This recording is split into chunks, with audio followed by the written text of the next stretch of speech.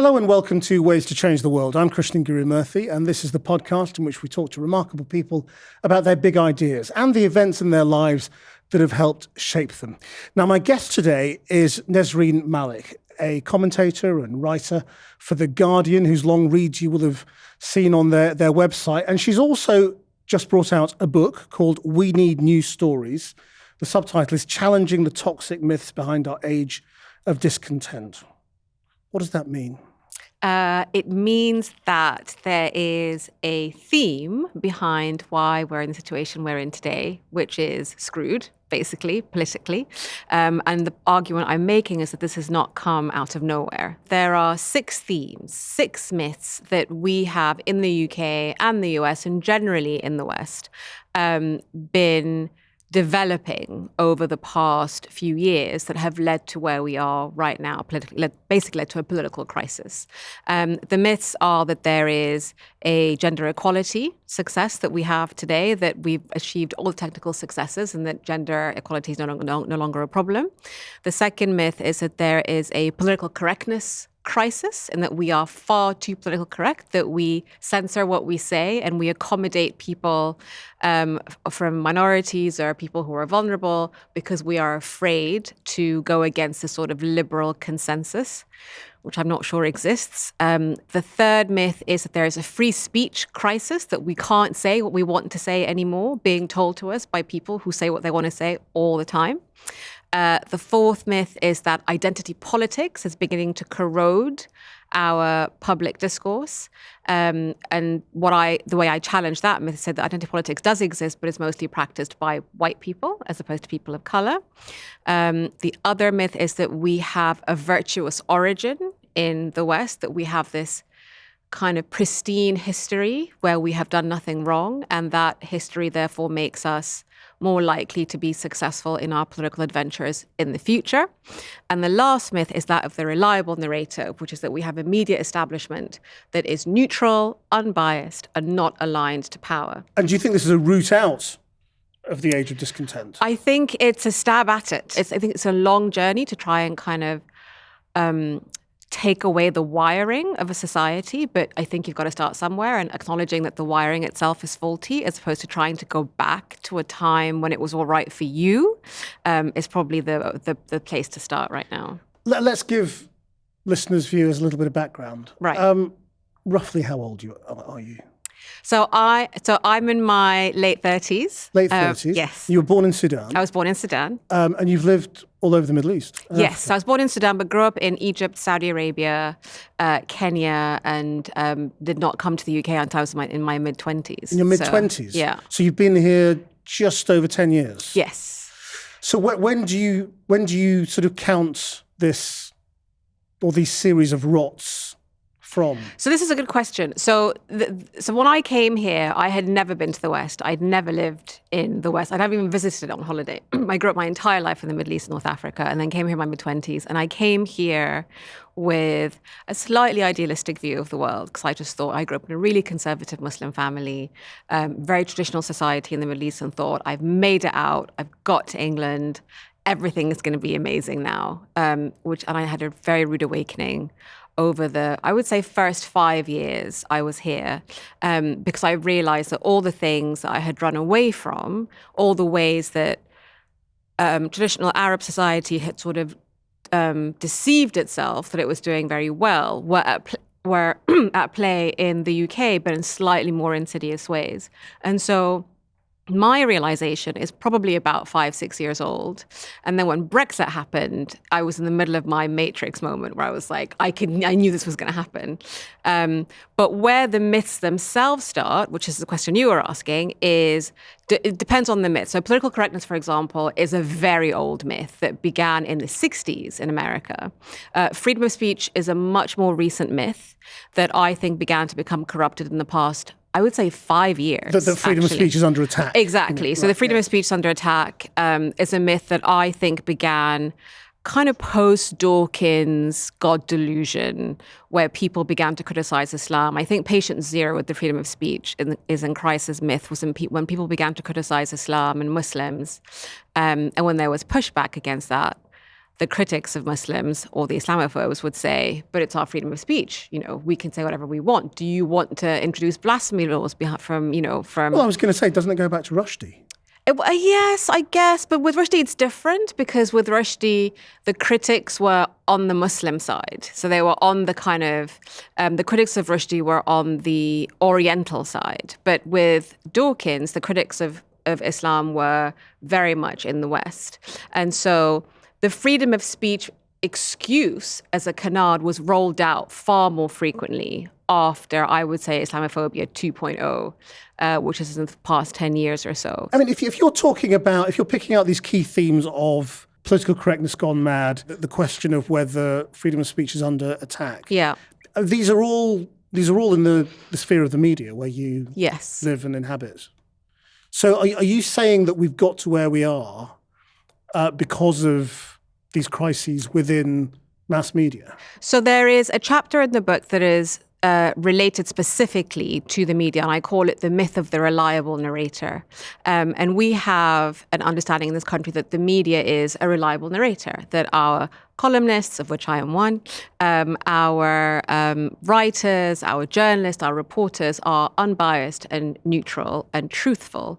And the truth is that our media is incredibly close to power. It's incredibly aligned to the establishment and is very complicit in promoting these myths. And so depending on the myth, the media complicity, it rises and falls. So the political correctness crisis myth was very much promoted by the media. That is a favorite of the media, particularly the right-wing media. Free speech is in crisis myth is actually promoted far more by liberal media because it's very much a liberal value. And so the myths aren't entirely confected by the media. There's a seed there in the first place. There's like a kernel there in the first place, but the media really runs with it.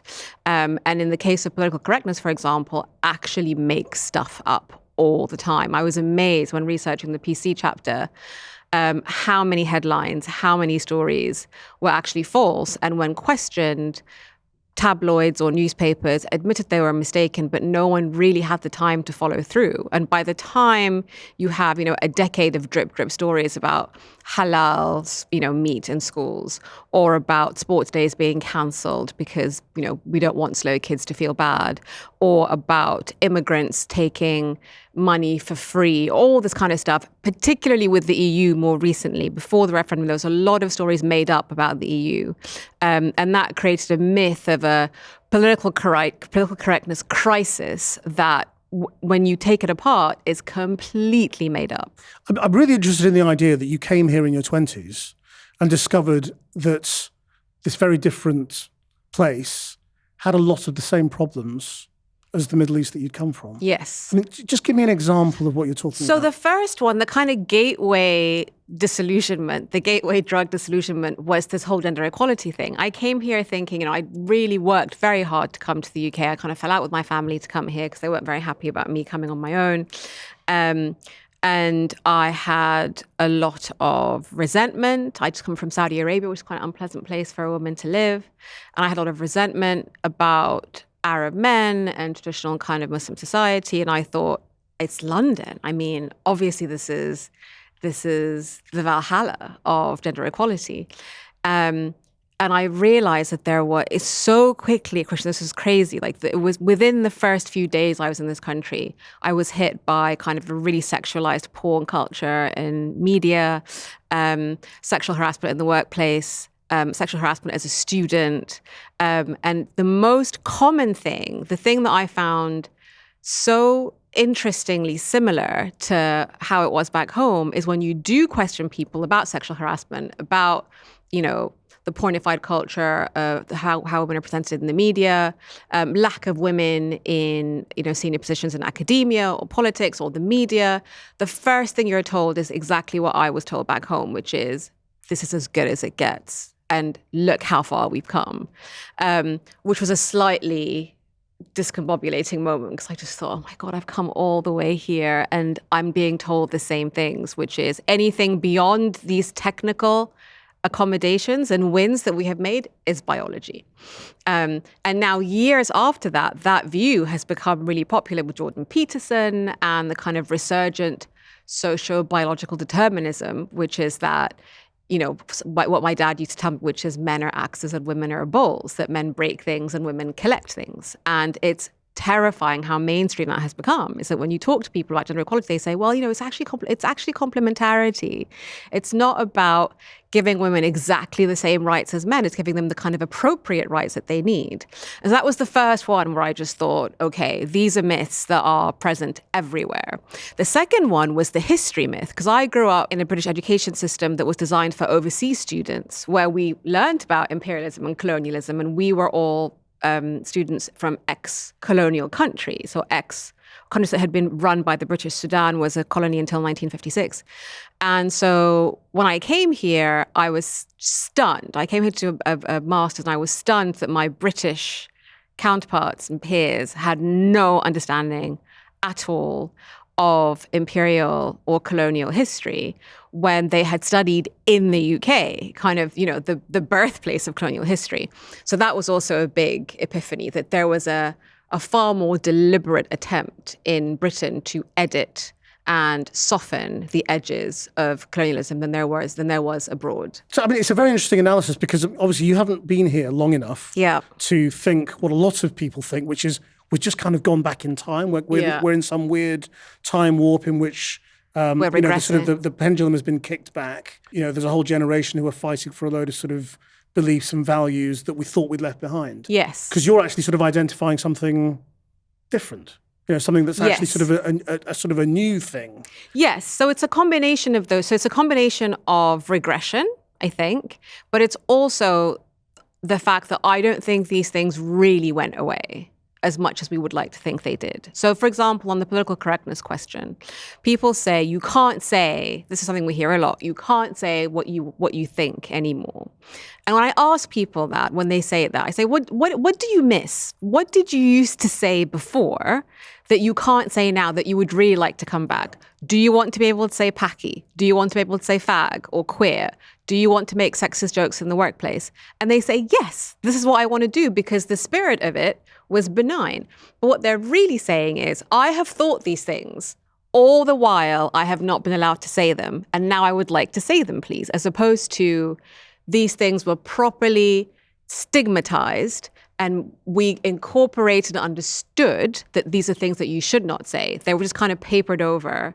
And so regression implies... But they are not really benign. No, they're not benign. And I think the idea that we are regressing gives too much credit, I think, to the idea that we ever progressed. That we ever progressed in the first place. And so I think that, sure, we have made a lot of surface progression, but where it really mattered, where the investment needed to be made, I think culturally, professionally, politically, the real infrastructure of racism, sexism, anti-immigration, xenophobia was never really dismantled. Well, let's start with the myth of the reliable narrator, which is actually the end of your book. It is the end of the book, yeah. But it's about the media. Yes. Because we're in the middle of a row as we speak today with the BBC and the way it's treated its breakfast presenter, Naga Munchetti, and the Executive Complaints Unit has ruled that she broke editorial guidelines not because she identified Donald Trump's go back to where you came from tweets as racist, but because she revealed that she felt they were bad things that made her furious. Yes. So you can say racist, but you can't say racism is bad. Yes. That's prompted lots of people, including me, to write a letter to The Guardian and generally speak out about what a stupid thing we think this is. Yeah. The BBC's got it all wrong. Yeah. Where do you think that fits in? So this idea of neutrality is part of the myth of the reliable narrator. So we like to think of ourselves in the West and in British journalism in particular as completely shorn of opinion or bias as in the broadcast media. journalism. In broadcast and in print journalism. Well, nobody thinks print journalism is unbiased. No, the print journalists think that it is. Right, okay. But obviously... That's obviously rubbish. Yes, but print journalists... But certainly in broadcast is supposed to be regulated to be impartial and unbiased. Especially the BBC. And the problem with that is that it assumes that... It's two problems. It assumes that everything is a matter of opinion, which it isn't. There are things that are not opinion, like racism. there is no discussion about whether racism is good or bad. And the second thing is that it assumes that there is no exception based on our social values. So as a society, we are more tolerant of racism than we are of terrorism, for example. But because we don't recognize these selective exemptions that we have made, because we are fundamentally a far more racist society than we are a terrorist society, we don't understand that when someone makes a comment establishing a very banal point that racism happened to them and it's a bad thing, that triggers people into thinking that this is an opinion that you have given and it's a very forthright opinion. Whereas if that same person had said, I was caught up in a terrorist attack and it was incredibly distressing for myself and my family and I lost someone, there would be no question that it is their right to do the same. And this myth of reliability that the BBC, for example, has sat there and really thought these things through and assumed that there is no social, cultural, political, historical legacy that informs how we think about the world, even when we think we're being neutral, is really dangerous. And that's the myth of the reliable narrator. Yeah, I mean, I've been pointing this out over the last sort of 24 hours, that, you know, we have common values, universal values of decency, politeness. We think terrorism is a bad thing. We think murder is a bad thing. We think genocide is a bad thing. Yeah. We think disease is a bad thing and starvation. And no journalist is ever going to be accused of breaching impartiality by saying, you know, I went to Yemen, I watched babies die of starvation. It was a terrible thing. Yep. You know, no one's going to criticize me as partial for doing that. Yep. Yet we sort of seem to think that we live in this world of sort of impartiality, whereas the truth is there are values that are assumed all the way along. All the time. Andrew Neil can go out and do a monologue about terrorism. Nobody accuses him of being partial. John Simpson has been out there talking about the need to stand up for, for decent democratic values. Nobody's saying, well, hang on a minute, decent democratic values might not be good. Exactly. But there's also an interesting game to be played. I think if Naga were a white woman and said, this happened to a friend of mine and it was incredibly upsetting for her, I think that might have been fine. Because there's also a problem where people assume, and I talk about this in the book, where people assume that when people of color make a complaint, that it is something aggressive, that is them basically putting their experience before the truth. And when white people make those same comments, it's just them being kind of reliable witnesses on an experience. And so I think that there's a double whammy with what happened with the BBC and Naga Mochetti's comments, is that A, there is assumption that racism is something we can kind of discuss, and B, because she's a woman of color, there is far more willingness to see her comments as something shrill and aggressive and personal, when there's no place for that in the media, as opposed to the sort of detached professional views of a journalist. This kind of segues into the myth of the free speech crisis, which is that we also assume that free speech is neutral and fixed and unbiased. And actually free speech is inflected by all sorts of values. So how do you think this idea that there is a crisis of free speech has led us into an age of discontent? Because it has chilled objection. It's made every objection to a hate speech or an inciting comment or a violent inciting comment by politicians or people with a public profile, it has legitimized that view, because any objection to it is immediately framed as a free speech issue. For example, when Boris Johnson said that Muslim women look like letterboxes and hate crimes against Muslim women rose after he made those comments, a Telegraph column, the responses to that column and people pointing out that it has actually on the ground increased hate crimes against Muslim women and has made life more dangerous for people, the response to that was, but it's his right to say what he wants. It's free speech. And the response to that is, I'm not saying it's not his right to say what he wants, but we need to engage with the repercussions of that in the real world. And what free speech crisis mythology does is it very effectively manages to find a way not to engage with the repercussions of hate speech by saying, well, it's just about free speech, isn't it? Like, okay, no, fine. It's not. He has free speech. We all have free speech, but we need to actually understand how that speech affects people, and then think about: is that regulated? Is that something we need to be punished? Is that something that needs to be moderated in a certain way? In that example, Yeah. the Boris Johnson column, that was a column arguing that women should be allowed to wear the burqa. Yes. He was saying, women should be allowed to wear the burqa. I think they look like letterboxes, but I defend their right to look like letterboxes. Yep. That was essentially what the column was saying. Yep. So is that hate speech? It's not hate speech as such, but it is speech that in the current environment where Islamophobia has such a hold on our popular culture, one needs to be careful when they say things like that. I'm not saying that the editor should have said to Boris, don't say that. But what I'm saying is that when we respond to that kind of speech, when we try and point out the effect it has, how it toxifies popular culture, how it leads to more discontent, no one wants to engage with that because they have this shield of free speech. And so what I talk about a lot in the book is something called a tool that every myth has. Every myth has a technical argumentative tool. And the purpose of that tool is to stop objection, is to stop any sort of resistance to change. And so the tool of the free speech crisis is this whole, it's a slippery slope thing, right? So when you say, well, maybe we need to tell Boris, people like that, to temper their speech. And they say, well, what next? What next? It's a slippery slope. It'll be your column next. It'll be your podcast next, which is a very transparent, I think, ruse to give license to everyone to say whatever the hell they want, and any response to that is delegitimized immediately, and it becomes a free-for-all. And that's just not safe. It's just not safe as a society for anyone. So what you're saying, I suppose, is that what has happened over the last few years is that the ability of people to make these arguments has sort of unleashed prejudices and hatred that had never really gone away, exactly, but had been tempered by society's norms and what was acceptable and what wasn't acceptable. Precisely.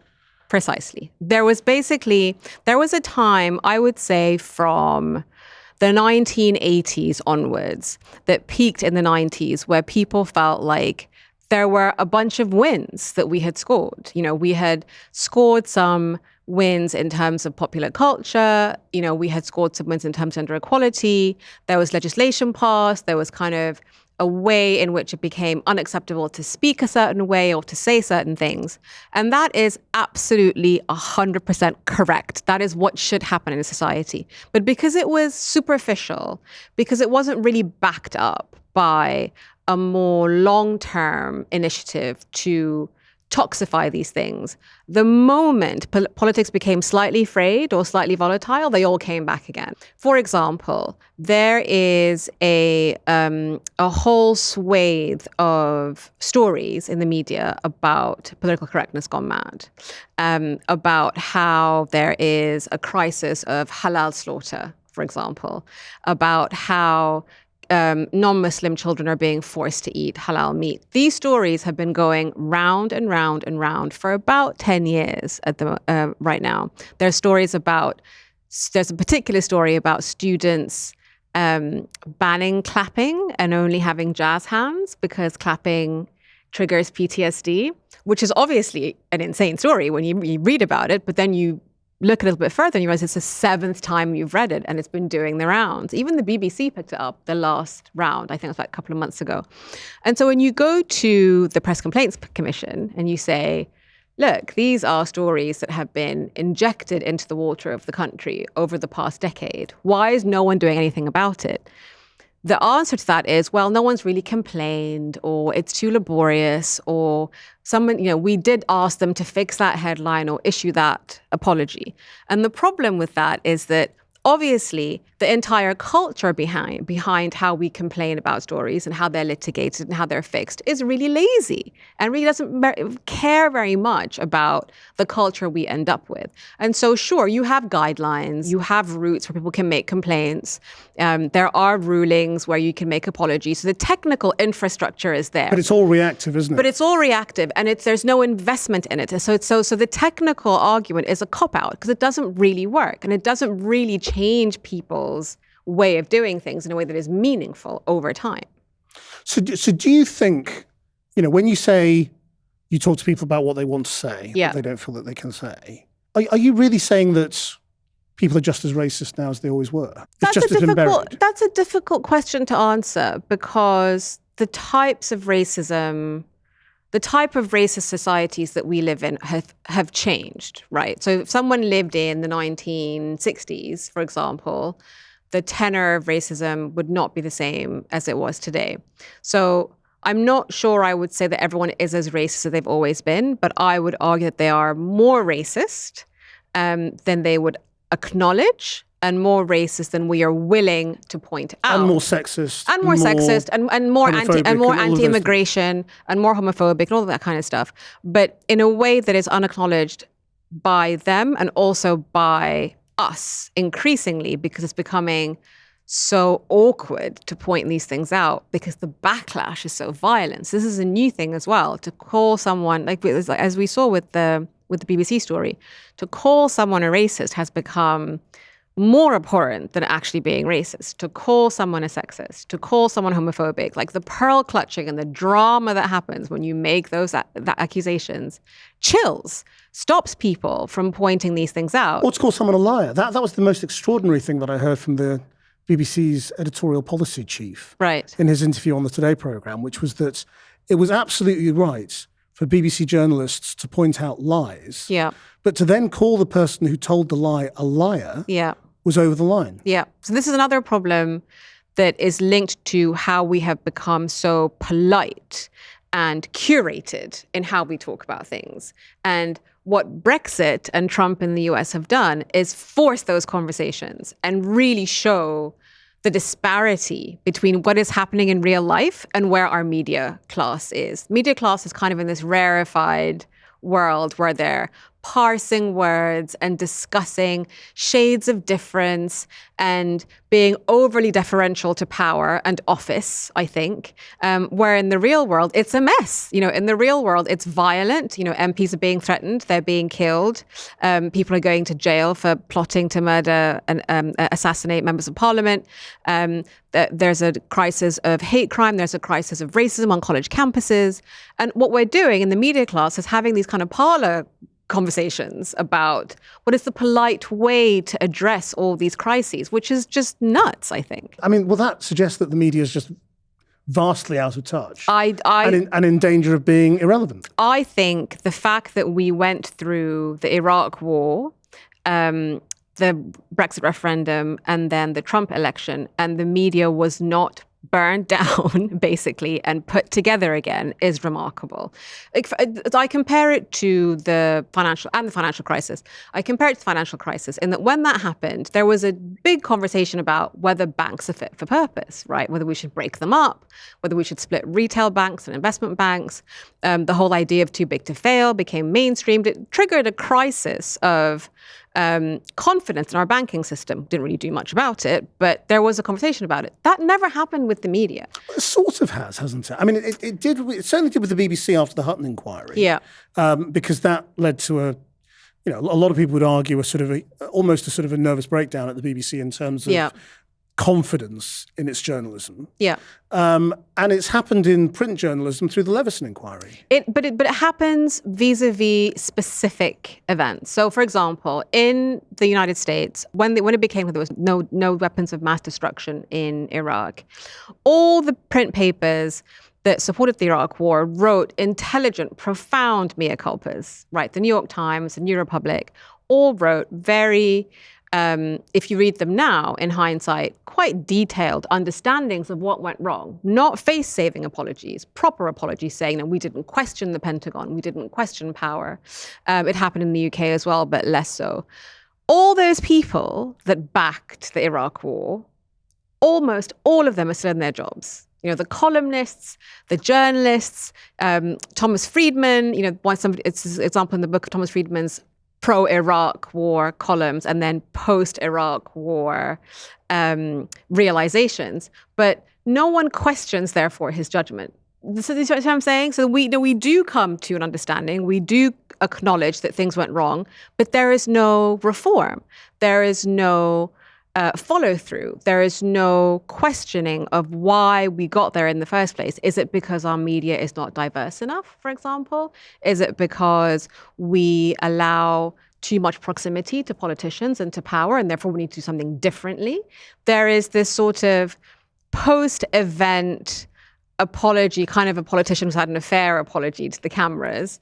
But there's nothing then changes after that. And so I do agree that I think the media as it stands today, print in particular, I focus a lot on print, is not fit for purpose. And we need to question why we continue to vest it with so much credibility and authority when it did not foresee so many events and called so many things wrong and made very immoral decisions. Well, how do you see the problem with the proximity to power then? I mean, I'll give you a slightly awkward example that you may not want to answer because you come from The Guardian. Seamus Milne, who runs Jeremy Corbyn, was at The Guardian for years. Yeah. He ran Kath Viner's campaign to become editor of The Guardian. Yes.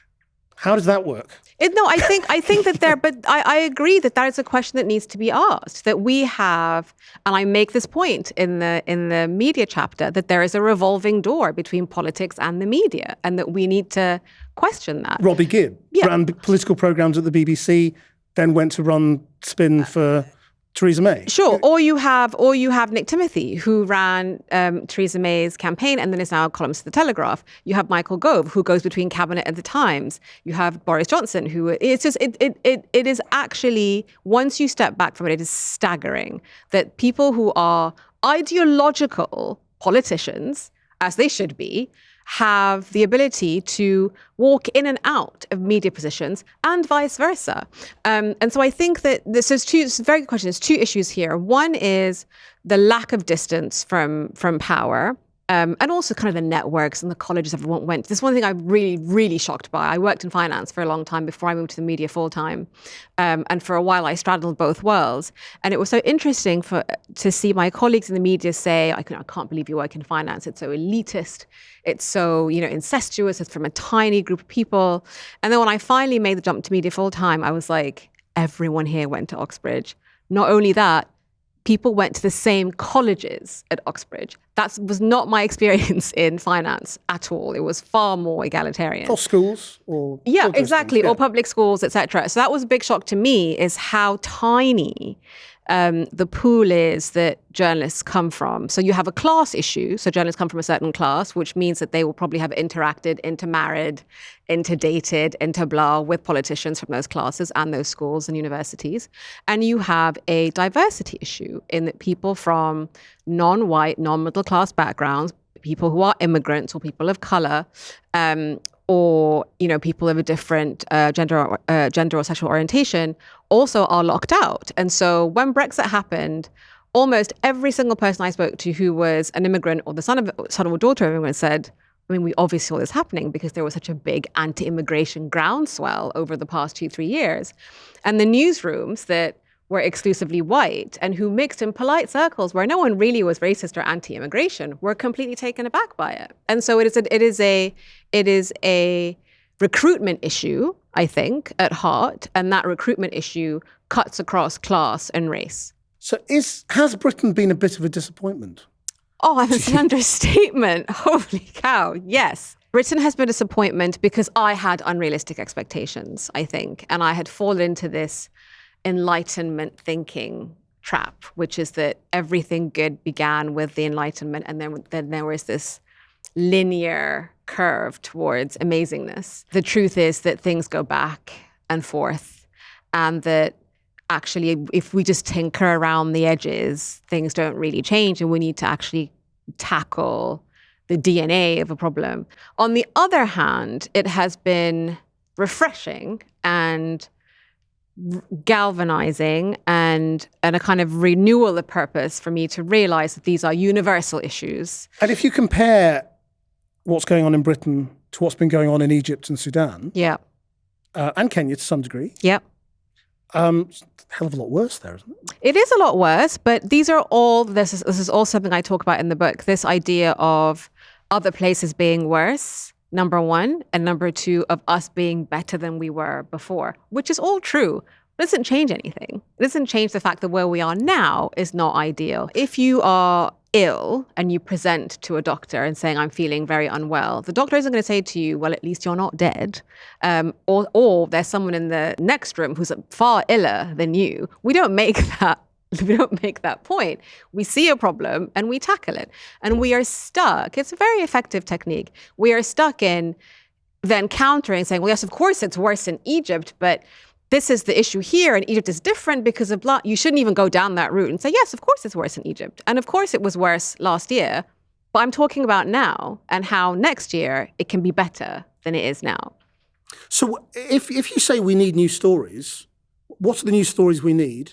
And how do we get there? So the last chapter is a kind of guide about the things we need to start avoiding. Number one, I think our minds, our brains are all quite cluttered at the moment. And I think the first step is to try and disengage from the sort of, tit for tat, back and forth social media argument thing that we have going on at the moment. So in the last chapter, I talk about how we need to have a very different approach to social media, how we need to be less partisan in our thinking and understand that the problem is not that tribe, it's actually all of us. How we need to be a bit more skeptical about what we see in the news, what we read, not in a kind of fake news way, but I give tips as to how to recognize when a story has an agenda behind it. Okay, tell us the tips. So, for example, if there is a story that you read or see that talks about how something is going too far, that's always a sign that this is a story that has an agenda. So feminism has gone too far. Political correctness has gone too far. Do you think we have gone too far in anything that has too far is, I think, an alarming sign that there is an agenda behind the story to basically say someone is coming for your rights. And that someone is a woman, an immigrant, a person of color, someone who's non-binary. There is this sense that, like, what fresh hell is this? That there is a default indigenous patient zero type population and that there is a horde that is coming for them. And the too far phrasing is usually a tip. That's what it's about. The second thing is if there is language about people being thin-skinned, indulged, mollycoddled, lily-livered, all that kind of stuff, that's also a sign that this is about trying to make you angry that other people are getting rights that they have not earned. So kind of little ticks in language, little expressions that I've picked out of loads of research in how stories are framed, and they get a really good response from audiences because they just tickle a funny bone. But they're usually promoting a myth. And that myth is someone somewhere is coming for the thing that you have. But that's because media these days is all about, and social media in particular, is all about emotional engagement. Resonances, yes. Because if you can make people emotional about something, and that's where politics is as well. Exactly. Then you will make people engage and do something. Yeah. Whether it's a click or a political movement or a forward, vote, yeah, or whatever it might be. That's a very good way of putting it. So, I mean, given that genie's out of the bottle, yeah, you can't put it back in again. You can't put it back in, but you can at least. So you and I recognize that the genie's out of the bottle. We recognize the dynamics, but most people don't. And I think, like I said at the beginning, the important place to start is that this is a genie and it is out of the bottle. I think we underestimate how much people don't understand that these things are happening, that politics has become about emotion and about emotional manipulation, actually. And so we see it because we're in kind of the matrix of it in the media, but outside, people really trust the media, I think. They trust headlines, they trust newspapers. They don't really have a natural skepticism to them unless that skepticism is triggered alongside tribal values. And so what I think is a good place to start, I don't think you can put it back in the bottle, but you can at least acknowledge that there are genie dynamics at play here. Okay, how else? One of the other things I talk about is in how we make arguments for news stories. So there is a fixation on the left, or just, I guess, with liberals in general, to counter things with facts, right? Fact check Donald Trump. Have a ticker at the bottom of the screen. Make sure a headline says Donald Trump has said a racist thing. Don't say racially inflected. Don't say blah. I don't think that gets us anywhere. I think it makes us feel good, actually, about in the media about how we are calling it out. Yeah, we're calling it out, and we're not falling into false equivalence, all those sorts of things. But I don't think it really engages with the very good point you made earlier about how things are about emotion. So a tip I have in the book is if you want to make an argument for a policy, or you want to counter-argue a malignant story or public policy, use facts as conduits for emotions. So don't just say, for example, did you know that, Boris Johnson told 75 lies in his speech yesterday? Because the person at the other end of that is going to be like, well, sure, politicians lie. Like, that's not how to do it. Use the facts that you have to make an emotional point. There's a really good interview with Alexandra Ocasio-Cortez, who said that the wall, for example, in the US, agree or disagree with it, is a really clear story. It's a really clear narrative. It resonates emotionally. It makes you feel like you're protected, and that we are very bad at making those counter arguments where we appeal to people's sense of aspiration, where we appeal to people's sense of largesse. And actually, if you look at how communities outside of politics function organically and spontaneously, they look after each other, they take care of each other, they create systems that work together. And so we need to be appealing to that, as opposed to, I think a mistake we make in the UK on the left is say, well, Brexit is terrible, but we need to be talking about austerity. We need to be talking about how things are bad for people on the ground. Sure, but you need to make those points in a less eating your porridge type way. Do you know what I mean? You can't just stand at Jeremy Corbyn and read off statistics about how terrible things are. You need to make the emotional, resonant case for them. And I'm very big on that, is to kind of understand that what we're fighting now is not a right-wing versus left-wing war. We are fighting a war of narrative and a war of personal, emotional mobilization. And to fixate on facts, fixate on technicalities, fixate on, voter manipulation. All these things are correct.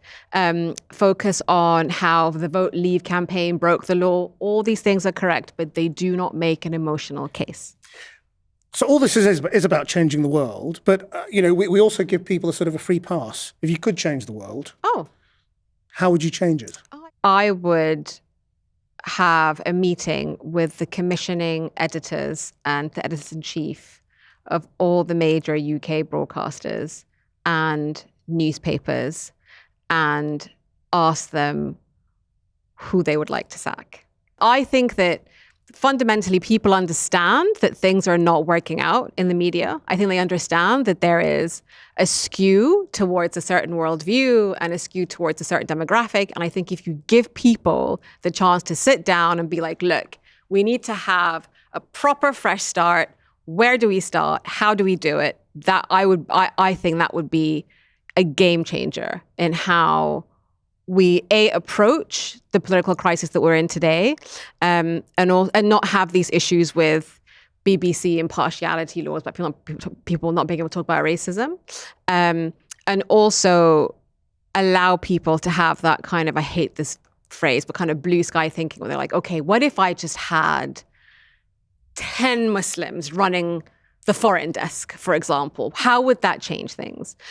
What if I managed to find people from immigrant backgrounds or working class backgrounds to cover economic analysis, for example, as opposed to, Oxbridge ex-investment banking people? What would that look like? So what I would do to change the world is to give people the chance to really shake up the media, and then see, I think there would be an immediate change to the age discontent that we live in if that happened. Well, that's a fascinating idea. No one's ever come up with, I'd like to have a meeting before. Nesrine Malik, thank you very much indeed for sharing your ways to change the world and telling us about the book. I hope you enjoyed that. If you did, then do please give us a rating and a review. Our producer is Rachel Evans. Until next time, bye-bye.